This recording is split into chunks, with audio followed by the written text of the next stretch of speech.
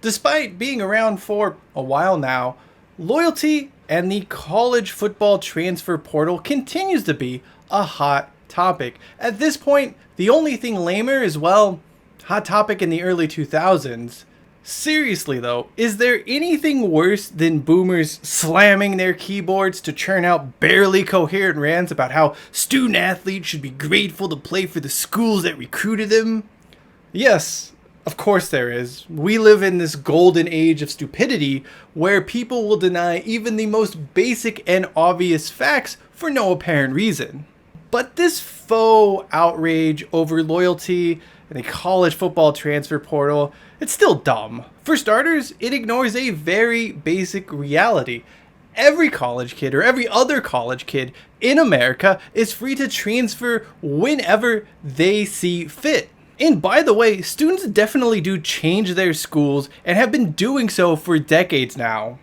For some reason, I still vividly remember a conversation I had with a fellow student at my beloved University of Idaho before a morning class in 2010. She revealed that she had transferred schools, I kid you not, 4 times in a 2.5 year span. It was something that at that time, and even to this day, well, it kind of confuses me. Despite this, you know what thought never crossed my mind? The student wasn't being loyal. The college experience is not about loyalty. It's about finding a place where you feel comfortable enough to go through the most formative years of your life, a home away from the home you grew up in. NCAA student athletes should be no different in that regard. They should be free to enjoy and indulge in the same experiences and live life how they see fit. More importantly, when you're 19, 20, 21, you don't really know what you want.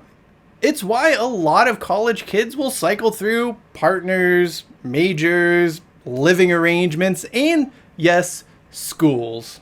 Depriving someone of that freedom because they happen to play a sport is selfish and, well, complete bullshit. Also, there is something comically ironic about these same people complaining about student athletes transferring schools also being the ones who go on about having their personal freedoms infringed upon. Nothing like a person claiming to be oppressed trying to oppress someone else. However, I reserve a special level of scorn for those who never went to college trying to tell what those in college should do. Not only does this group have no idea what it's like to be a student, let alone a student athlete, their entire reasoning, their entire logic for this comes from the fact that they want to see a school they voluntarily chose to support be successful. Okay, that's not entirely fair. There's another group who are out there crying about how college football isn't as interesting as it used to be because kids don't stay at the same school all 4 years. And if that is your argument, well, why don't we just go and slide on down that slippery slope argument of yours? Ban freshmen from playing, and while we're at it, let coaches just run their kids to death in the preseason. After all, if it was good enough for Bear Bryant, it's good enough for today's student athletes.